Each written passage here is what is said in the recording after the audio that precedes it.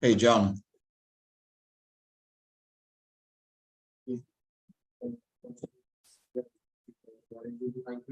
Yeah, sure. Hey, John, can you hear me?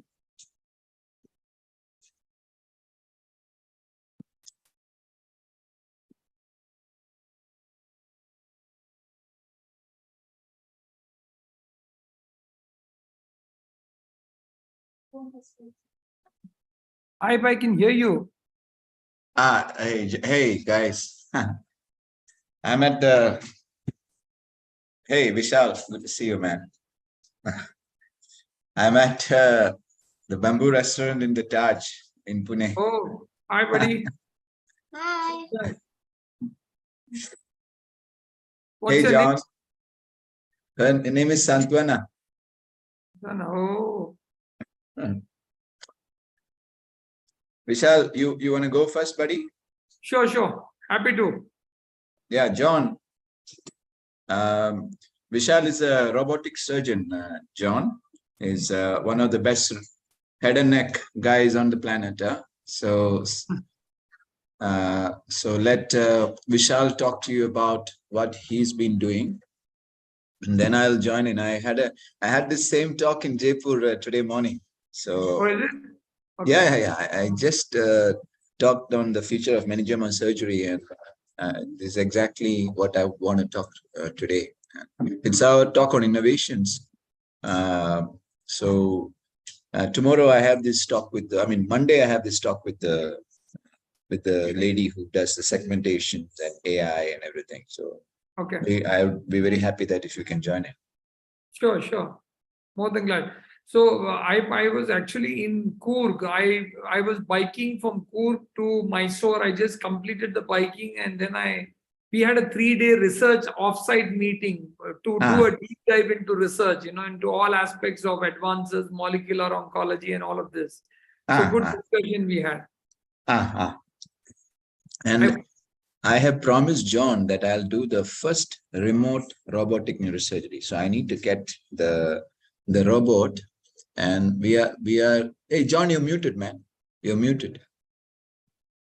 Yeah, I'm gonna hold you to that bet. Yeah. So the thing is, I figured out everything right now. So what we have to do is a chronic subdural. So the chronic subdural involves, one resident somewhere can put the drill on, and then after that, we go ahead and use the robot to make an incision and take up the 4 flaps of the incised flap to stitch it. It will be the first remote robotic neurosurgery. So I'll have to ask Vishal whether how we'll have to get it done, because the permissions and all, I just told Atul, and he said he'll try and be able to, whoever we've got to contact, he'll try and contact and get it done, is what Atul is saying. Atul was a state minister with the BJP. So he is telling that, so we can do it, and then it would be fantastic if we can do a surgery remote, Yeah, So I think that's it. I never thought I'd see the day. I mean, because I've been following robotics for a while, and of course, once AI came, boom, that's when robotics really got stronger and better. You think it's possible, Vishal? very much. So my presentation today is going to revolve around this, and you will see some elements that I put into this, which I think gives a brighter gleam of reality to what we are imagining right now. Okay, great. So, John, when do you want Vishal to start? Let me know.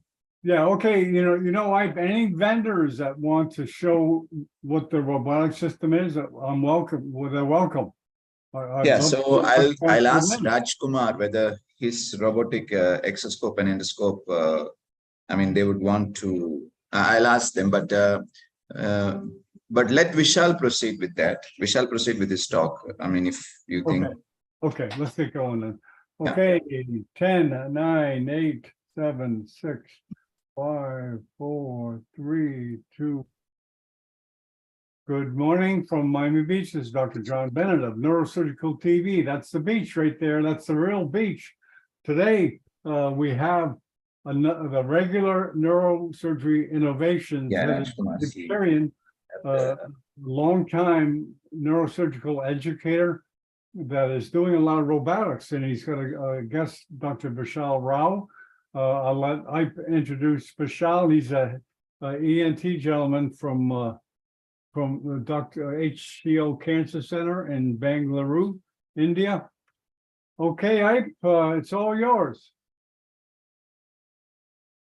Thank you, John. Vishal, yeah, Vishal, go ahead. Excuse me, could you introduce Vishal, please, Iype? Yes. Namaste to all of you. I'm Excuse me. I'm sorry, Vishal. Iype, can you introduce Vishal, please? Yeah, so guys, Vishal is a head and neck surgeon. He is the chief of the HCG group, the dean and the chief of HCG group. And he's one of the best head and neck surgeons on the planet, as I'm told. And he is very big on robotic surgery. So here we are fortunate to have him on. And, you know, he would probably get us into a place, together with him, we'll get into a place where we can start doing robotics routinely in neurosurgery. Hey, hi, Takashi. Good to see you, Takashi. Vishal, please carry on, Vishal. Thank you. I'll just share my screen. First of all, special thanks to Iype and to the team of John and the Neurosurgical TV for giving me this opportunity. I truly deem this an honor and a pleasure. So now let me see, how do I get this on? Here we are. I'm going to play this. Okay. So to all my friends out there, actually, it was a serendipitous meeting of mine and Iype a couple of days back, I would say, in Bangalore, when we were both sharing a podium on Skull Base, World Skull Base Foundation, with Dr. Sampath Chandra was conducting. And I was supposed to be speaking the next day on carotid management and on neck management and on advances in robotic surgery. The previous evening, I was not expecting much out of that evening. I was thinking I was supposed to be going and distributing certificates, when it ended up meeting with this serendipitous meet with Iype, and I think it changed the way I looked at neurosurgery altogether with Skull Base now. And he then spoke to me about Neurosurgical TV, about John and the entire work John is doing. And he said I should be speaking on this topic of remote surgery, how, when, and why. I think the time has come for us to place this on the table, and I again thank Iype for pushing me to bring this onto the forefront of the discussion. And the next few minutes, I'm going to run you all through this entire idea and take you through a journey of, I would say, from a little bit of reality to taking you to a little bit of extended imagination. I just run you with the roadmap of remote surgery. I think these are the 4 important pillars or milestones of robotic remote surgeries, which we will need to look at: telepresence, telerobotics, teleoperation, and the mobile OT. I think these 4 important milestones are going to be seen more earlier than later in our lifetimes now. And my next coming slides will explain to you a little bit more about these 4 important milestones. So today I'm going to be talking a little bit about technological advances and how have we bridged that with biological advances. And I want to make an important statement here. You know, with the advent of AI, I want to say that we cannot be replacing it with natural stupidity. And that's very important, because I'm hearing everybody talk AI and saying that AI is a solution. So I keep re-emphasizing this. Remember, AI is a tool, and you cannot replace natural stupidity with artificial intelligence. It's not a replacement. And the second part is about the MD and the machine. And I think the doctor and the machines are now coming closer than ever before. So I'm representing HCG. We are a publicly listed company. We have about 25 centers across the world right now, with some presence in Africa, Vietnam, and in majority of the states across the country. Our journey started with our chairman starting this institute way back in 1989. So we are not, we are a corporate hospital, a publicly listed company, plus we are an academic center. So I head the Center for Academic Research. And by far in India, we are the only Royal College of Surgeons certified training program in head and neck surgical oncology, which includes skull base. So our model has been studied at HCG by the Harvard Business School and many other groups who have talked about how we've been able to deliver affordable healthcare at world-class quality. And I'm currently also the editor of the Journal of Precision Oncology. So today my goal is going to be to look at why are we talking so much about robotics today? Now, the goal of any of these technologies is to improve outcomes, to look at surgical experience and ease, reducing infection readmission, reduce the length of stay post-operatively, and reduce the cost-benefit ratio and improve it. And these would be the 5 important goals that we would add technology today into any of our patient experience. Now, I think the discussion on organ preservation it's been an old discussion, and I think the radiation team talks about organ preservation very oftenly.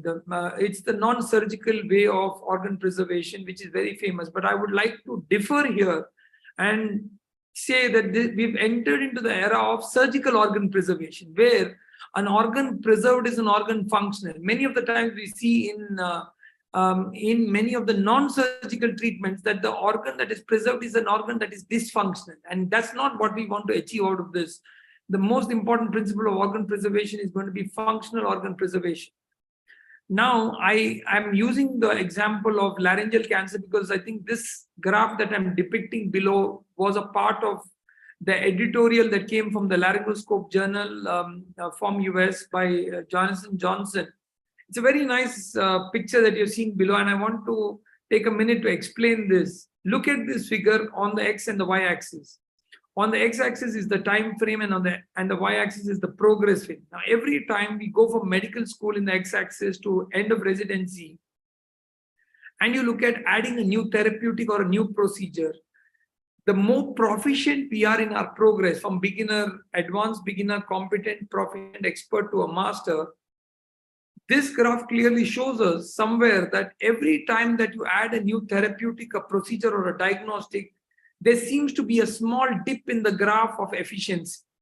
And that is what worries the surgeon as to when you introduce a new technology or a technique into your procedure, does that affect the overall outcome of your work? And I'm talking about standard neurosurgery giving a very standard practice and results to their patients.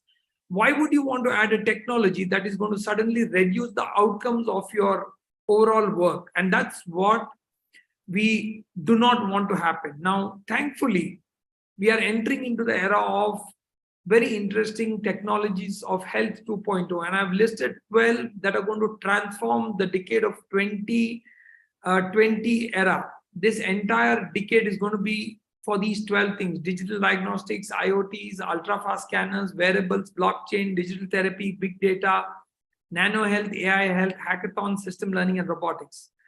We cannot be ignoring any of these technologies. And I've set up the Department of Minimally Invasive Surgery at my center at HCG in India, Bangalore, where we do a lot of robotic surgeries and transoral laser surgeries.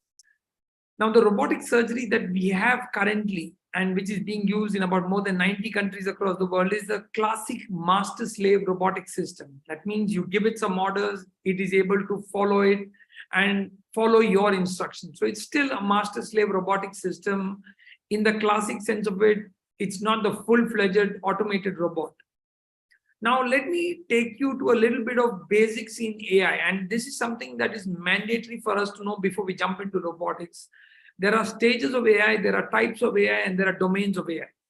Now, in the stages of AI, you see that there are 3 stages. We are currently at narrow artificial intelligence. We've still not reached general intelligence and super intelligence. In types of AI, we are at reactive machine AI, which is what the current robotics are. Whereas if you look at Alexa, Siri, and many of the things are all reactive machine AIs. But Elon Musk has moved towards limited memory AI with the driverless car.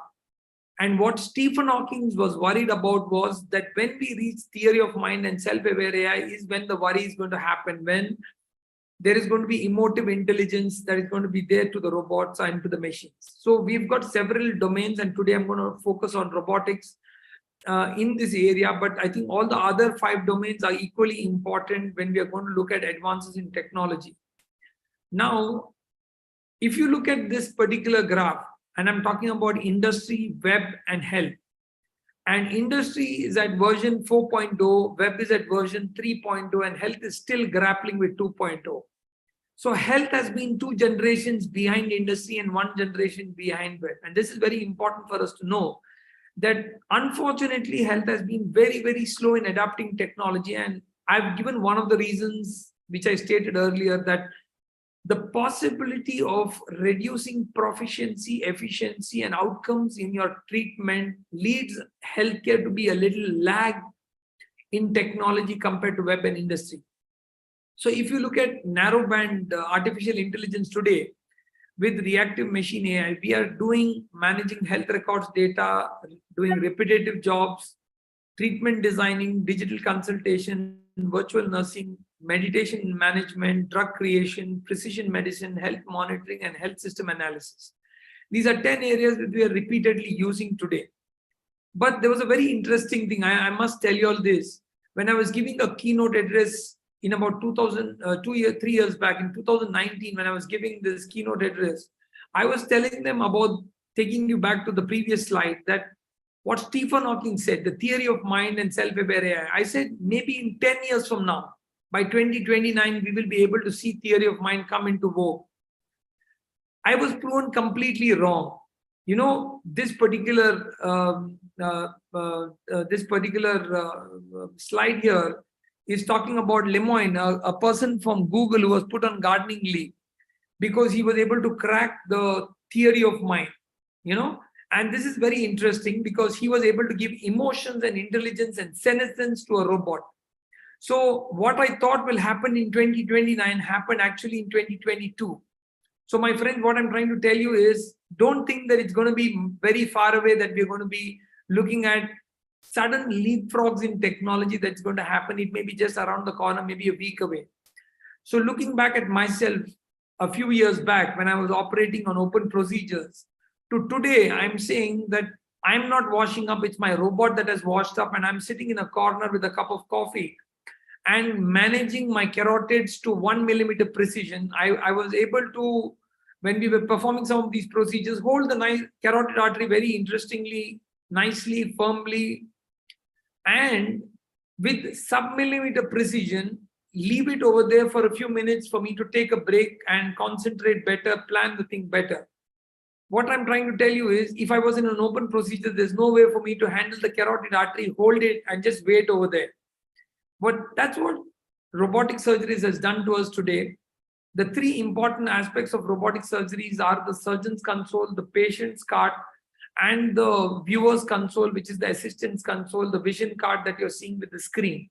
So these are 3 parts that are important to a robotic. Now, if you see these 3, they're actually remotely connected already. It's just that they are in one single room.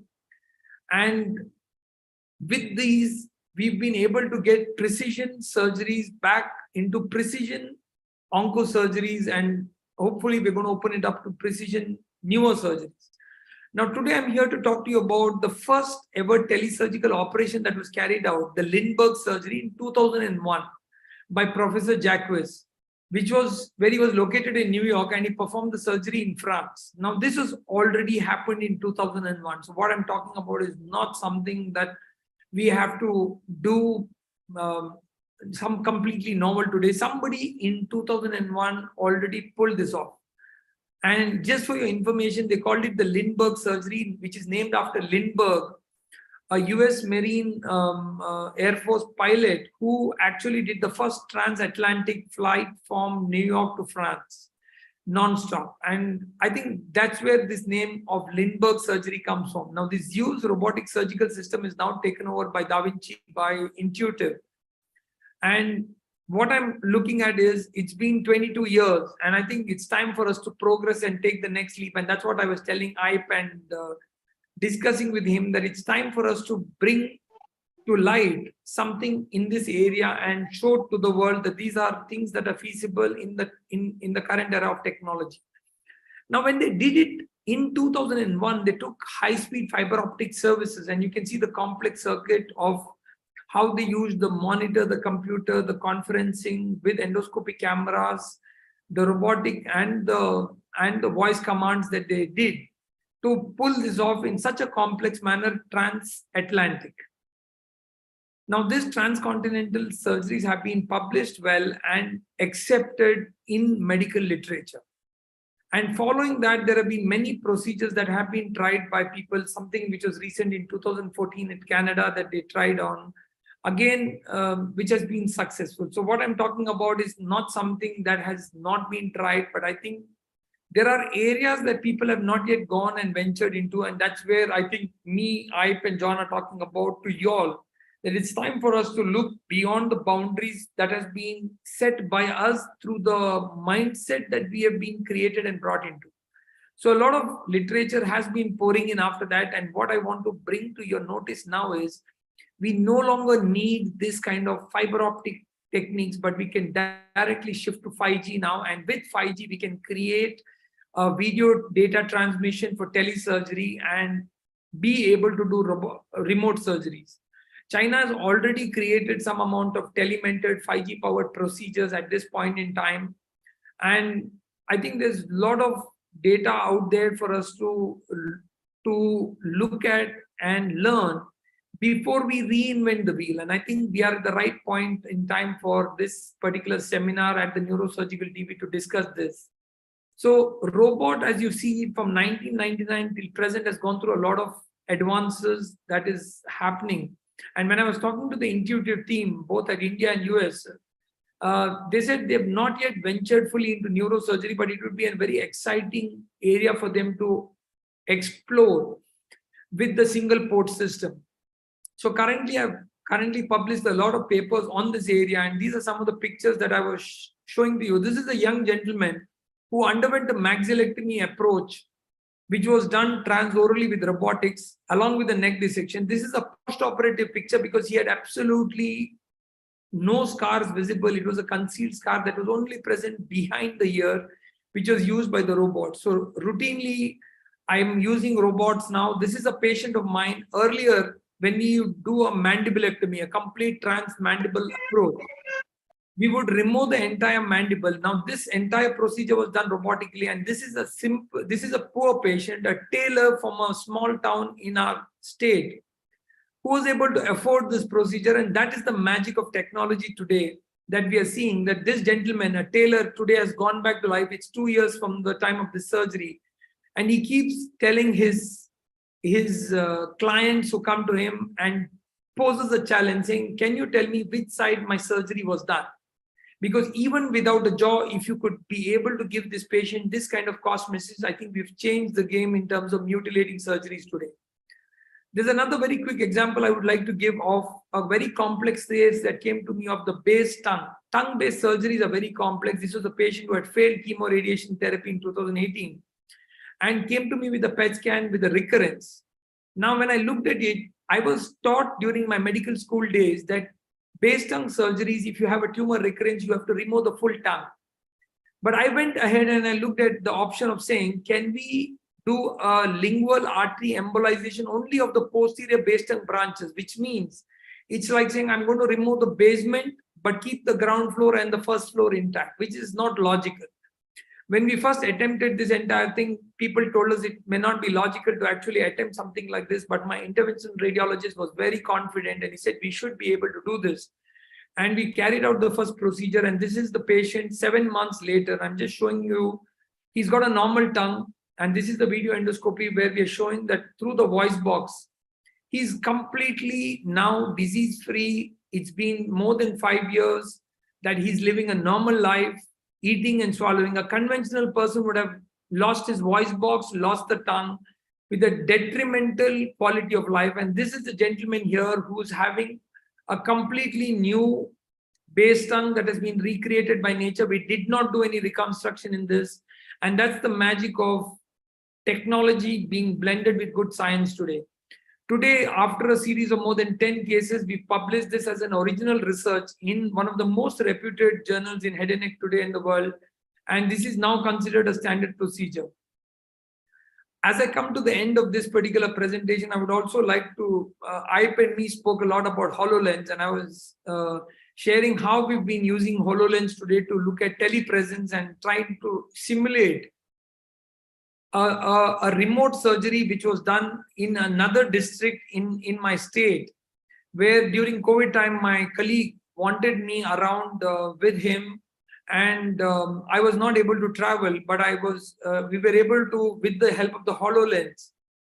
I was sitting in the outpatient department in my about 100 miles away from him, but sitting in my outpatient clinic, I was sitting through the HoloLens, having a 1 millimeter precision, looking at every single structure while he was doing this procedure, sitting on the right shoulder of the patient and navigating.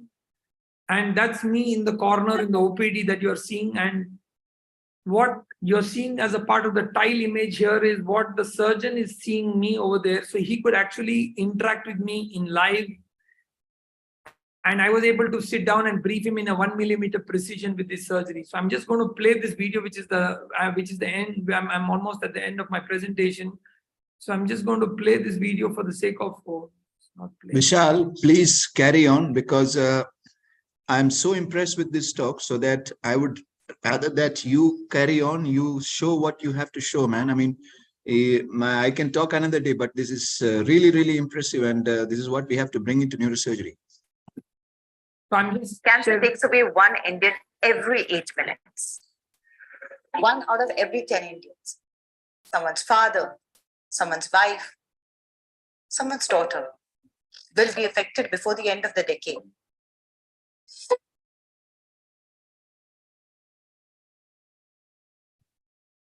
Cancer takes away 1 Indian every 8 minutes. 1 out of every 10 Indians. Someone's father, someone's wife, someone's daughter will be affected before the end of the decade. Hi, I'm Sonali Bindri. 4 years ago, I had a brush with the dreaded disease we call cancer. With the miracles of modern science, the love of my dear ones, and my very own fighting spirit got me through that pitch dark time of my life. It's expected that India will have the 3rd highest number of cancer cases worldwide, after the United States and China. Cancer has a 70% mortality rate within the first year due to the lack of access to quality healthcare. I was lucky. I had access to the best treatment and some of the world's most brilliant doctors. But not every Indian is as fortunate. Not everyone has access to the latest advances in medical science. Not everybody can afford to pay for expensive cancer therapies. But the human race was built to meet challenges. In this ultra-connected world of ours, there's an ultra-cool new platform emerging to help bridge the gap between cancer patients and the care they deserve. A mesh that brings together the hurt and the healers. And that's exactly what Microsoft and HCG Hospital Bengaluru are doing together.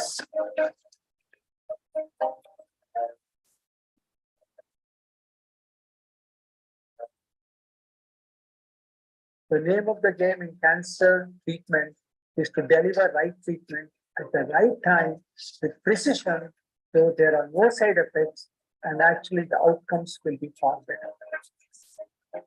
3D printing was always there, but it was cumbersome and turnaround time was very high. But with HoloLens, we can create these 3D images within no time.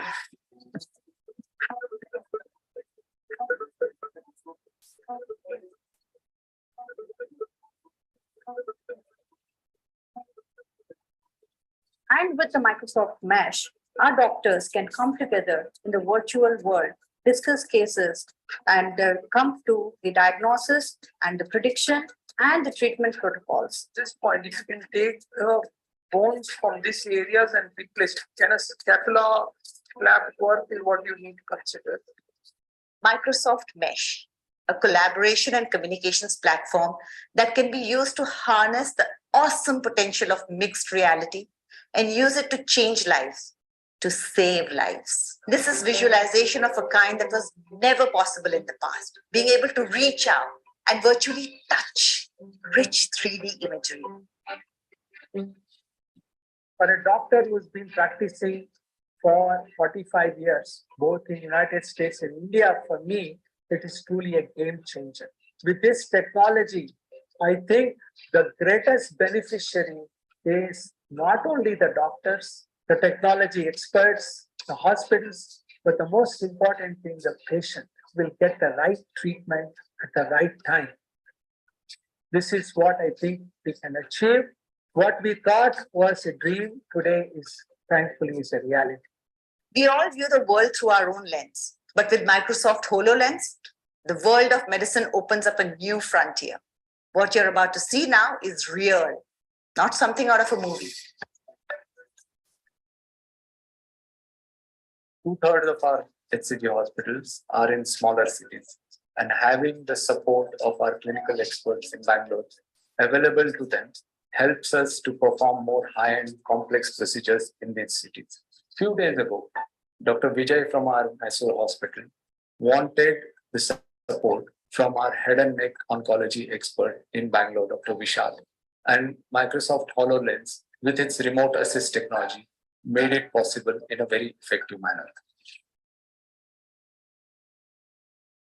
I operated a 46-year-old gentleman who is poor, a hotel supplier, and due to Corona, he had a lot of problems and he couldn't go to higher city for cancer surgery. And during surgery, I needed a suggestion regarding the extent of resection and no dissection. So I made a call from HoloLens to Dr. Vishal using remote assist. He was able to see exactly what I was seeing using the camera from my HoloLens. I could see him on a holographic interface inside the HoloLens with very clear hands-free communication without blocking my field of view for the surgery. What was most beautiful for me was I was there sitting on the right shoulder of the patient and observing the surgery very silently. At the same time, what I saw was that I was able to annotate, ask him questions, have an interactive session with regarding to specific structures, to the extent that sometimes I would zoom in and actually go into the specifics of some of the structures in terms of few centimeters and millimeters closeness. I believe there has never been a better time in history when we could access, accelerate, augment and bring together human hands for healing in this collaborative approach.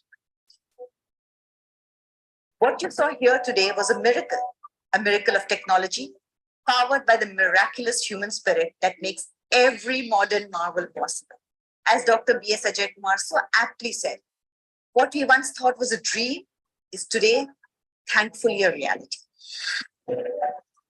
With tools like the ones from Microsoft you have just seen available to help us, we can reach right into the heart of this disease and yank it out.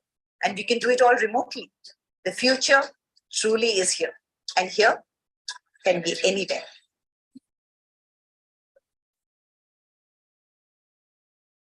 So that, my friends, was a small video talking about how we use technology to build this roadmap of remote surgery, telepresence, telerobotics, teleoperation, mobile OT. And I think that's where I want to stimulate your thinking into through this presentation. And I'm going to end with some philosophical note. You know, it's very interesting. In 1939, these two Nobel laureates, Albert Einstein and Rabindranath Tagore, met when Rabindranath Tagore visited Einstein in Europe.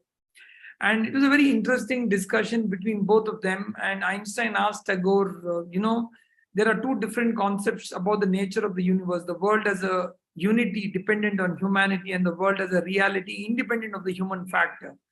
And he asked him, what do you think about this particular perspective? And it was a very beautiful conversation between both of them. If anybody is interested, you can actually get to know a little bit about this particular conversation. It was a lengthy one, but I wanted to tell you was what Mr. Tagore answered in a nutshell to him was, what is the use of this world as a reality without humanity? And I think that's the whole point that we are driving towards here on understanding how are we going to be using technology will define whether it will help us or kill us. And today here we are in this journey of robotic surgeries to explore, expand, and break frontiers. And I'm again thankful to my dear friend Iype for considering that this particular platform be worthwhile for me to speak today. I'm so glad that you all have invited me here for speaking on this forum. I'll be open to any questions, suggestions, comments, and we can take it from here. Thank you very much. Thank you very much, John. Thank you. Thank you so much. Okay, very good. Iype, are you there? Hey, see, Vishal, this is one of the most remarkable presentations that I have seen. I mean, so much so that I would not even consider speaking after this because, you know, we got to discuss, buddy, because if in 2001 Lindbergh operation could be done, in 2023, doing a remote robot neurosurgical procedure is, we can do it. For sure, we can do it. Okay. Now, that's one thing. Second thing, what you've been doing with the HoloLens, we've always wanted to do. We've not been able to do it on a distance basis, but we've been wanting to do. Here is Abuzer Gongor. Abuzer has got one of the best labs in the world. Abuzer, are you here? Abuzer? Professor Abuzer, you here? Perhaps stepped away. Hello, Abuzer. Hello. Yes, yes. Abuzer, you have a fantastic lab where you use VR, AI, I mean, anatomy, everything. He's in Turkey, he's based in Turkey. He's got one of the best labs in the world, Iype University. And Takashi, Abuzer, my friend, did you see this presentation? It's mind-blowing. That's all I can say. So I wanted you to log in because it's time that we sit together now. And Takashi, I was with Kenji today. Kenji Ohata was there today in the morning. So he's also very interested into tech. And it's time. Neurosurgery is still in the ancient, very ancient period. I mean, what these guys are doing, we are way behind, Abuzer. So we think we're doing something, but these guys are, you know, overtaken us and the bus is gone. So we will have to catch up. And what better person than Vishal to help us to route a, route a roadmap for us and tell us how to go about it. So I'll be having meetings with Vishal and we'll get some of our neurosurgeons who are interested in tech. Like today's talk you heard, I mean, you heard my talk. So it's exactly what I want to do. I don't want it to be just a talk. So I'd like to make sure that it's a reality. So I'll be seeing Vishal very soon. And I'm looking forward to the next time I'll do the talk. And Vishal will be the moderator. And like he can show me some more stuff. He can show us some more stuff and how we can go about things. Thank you very much. And Takashi, would you like to say something? Hari Singh? Thank you. Thank you for the great lecture. So very informative lecture. So, but however, I never experienced such kind of things. But I studied a lot today. So during the brain machine interface and some kind of this kind of technique is very important to for us. So please keep my I learn continuously. And please expect future development of your research. Thank you. Yeah, thank you, Takashi. Hari Singh, would you like to say something? I'd like to invite Dr. Abuzer to present about his lab if you want. Yeah, yes. You should see the lab. It's the best neurosurgical lab in the world. I mean, I would be very soon competing with him with my lab, but not right now. He's got the best lab in the world. We are trying to do our best. This is Yasser Gill's lab. It's the father of microneurosurgery. Yasser Gill is with Iype University, and Ugur Ture is with. I've been to this lab. I have been lucky enough to teach in this lab. It's it's like the mecca for neurosurgery. So, but Abuzar has taken his, I mean, he's in Jaipur today. So he was there for this International Meningioma Society meeting. We've been very lucky that, we've been associated with the best in the world. So right now I have built my lab. So I'd like to show, Abuzar has seen my lab, and my fellows have been with Abuzar as well. So I'd like to show Vishal what we are doing too. We're doing some good things too. But I look forward to that visit. I'm looking forward to this visit. Yeah. So, but the thing is, we're nowhere near what you've just shown. It's mind blowing. There's no question about it. So, thank you very much, John. I tell you, buddy, not 5 years, less than 1 year, we'll do the remote robotic neurosurgery. Really? Well, 2 years ago, I would have thought it's impossible. No way, no way. And there's been so much progress in robotics. It's incredible. So No, I I'd like think to invite Abuzar to give us a interaction. tour of his lab when he has the time, and I can arrange it. Thank you, John. I was telling that one of my most meaningful meetings in this month has been meeting with Iype, and the free flow discussions we had around this, which has brought me to this platform to discuss this entire thing. I think it's wonderful, and it's been so inspiring. It's a very humble experience that we are exchanging this knowledge, and we are trying to push science beyond our comfort zones, And I think that's what I told in his lecture when I met him. Come out of your comfort zone, push yourself out of your comfort zone. So I think we tried to do that during the worst of time, the COVID time, when world had actually was standing still. I said, let's push technologies. Let's look at what can we do to make a difference at that point in time. And we were able to do a small step forward in terms of our own understanding of technologies and moving it forward. So I think we have a lot more areas to collaborate and pull off. And I would say in the next 1 month, if we can lay off a roadmap, which Dr. Abuzar, John, and Takashi and all can suggest, I think it'll be a very good platform for us to explore and then show to the rest of the world that we are trying to look at something which is in the near distant few days, weeks, months, whatever. So I'm all excited to be a part of this group. Thank you again. I owe you this special thank you for inviting me here. It's been an honor, buddy. And we are really looking forward to learn and share things with you. And the next meeting, I would have Abuzar, I would have probably Kenji, and I would have maybe, I'll see if Aaron can be invited as well. So maybe Yuan Francis Miranda. These are the guys who are doing the best neurosurgery as well as the best tech.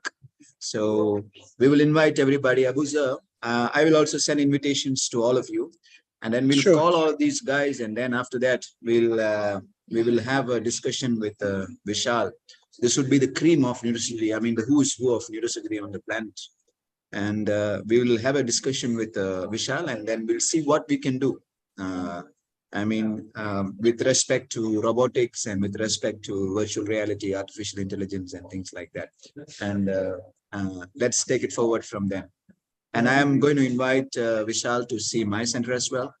Maybe one of these days when I'm traveling to Istanbul, I'll get Vishal with me so that we can come to your lab and show Vishal. I've been there, but we'll show Vishal what are you guys doing.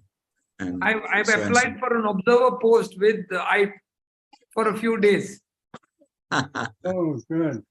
You come and teach us, buddy. You can come and teach us. I mean, not observer. You will be the observer. You can come and teach us how we do things. I have the Hololens. Hey, Harshit Parekh is here. So great that he's also joined up. He's a very senior neurosurgeon from Mumbai. Harshit, were you fortunate enough to see this presentation? Hello, Harshad. Let me hold on. Let me just invite him in here. He's coming in now. Harshad, were you fortunate enough to see this presentation, Vishal's presentation? I mean, today you saw my presentation. Harshad was sharing. I moderated your session. Yeah. I know. You Yeah, moderated my you session. forgot. No, not that. Today's presentation, Vishal's presentation. Did you see that? Yes, morning, whole session I was there from. No. Just now, Vishal gave a talk on. Yeah, I heard that. Yeah. So that is what. So remote robotic neurosurgery is what we are looking at. Harshit was moderating my session today morning. I mean, the future of meningioma surgery. I hope you liked it. Yes, it's very good. I said fascinating. Right.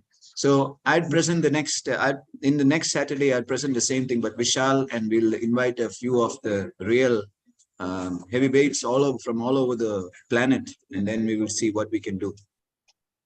Yeah, I'd like to say something, Iype. You know, Dr. Rao, you're gonna see this platform is very flexible. Like it's being used now. I has an idea about, and we can, boom, 1 or 2 weeks, we can do it. We don't have to arrange it in 3 months, 5 months. No, now, we can do it now. And I'm very excited by the approach and the team spirit that you all have got in. It's very inspiring. Thank you. Yeah, sure, Vishal. Thank you, buddy. John, I think this was fantastic. We had a great session. Thank you, Vishal. Thank you very much. And next Saturday, we look forward to these innovations again. So I would invite Vishal again for this.